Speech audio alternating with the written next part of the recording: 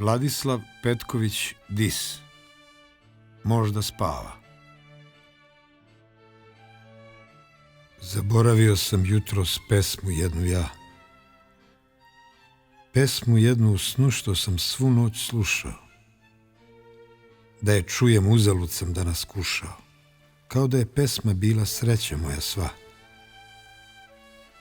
Zaboravio sam jutros pesmu jednu ja. U snu svome nisam znao za buđenja moć i da zemlji treba sunca, jutra i zore, da u danu gube zvezde bele odore, bledi mesec da se kreće u umrlu noć. U snu svome nisam znao za buđenja moć.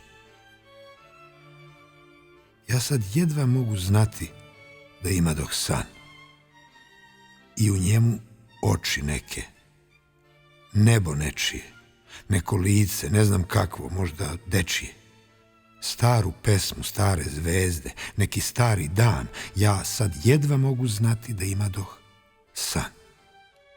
Ne sećam se ničeg više, ni očiju tih, kao da je san mi ceo bio od pene, ili te oči da su moja duša van mene.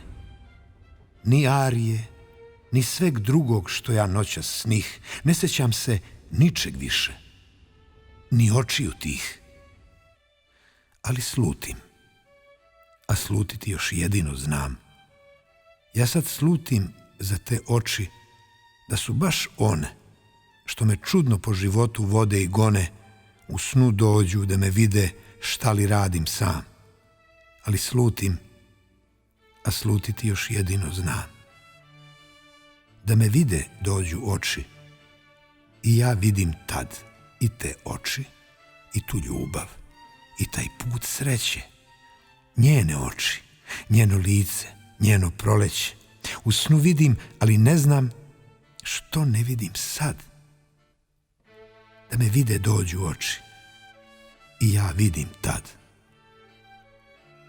njenu glavu s krunom kose i u kosi cvet, i njen pogled što me gleda kao iz cveća, što me gleda, što mi kaže da me osjeća, što mi brižno pruža odmor i nežnost i svet, njenu glavu s krunom kose i u kosi cvet.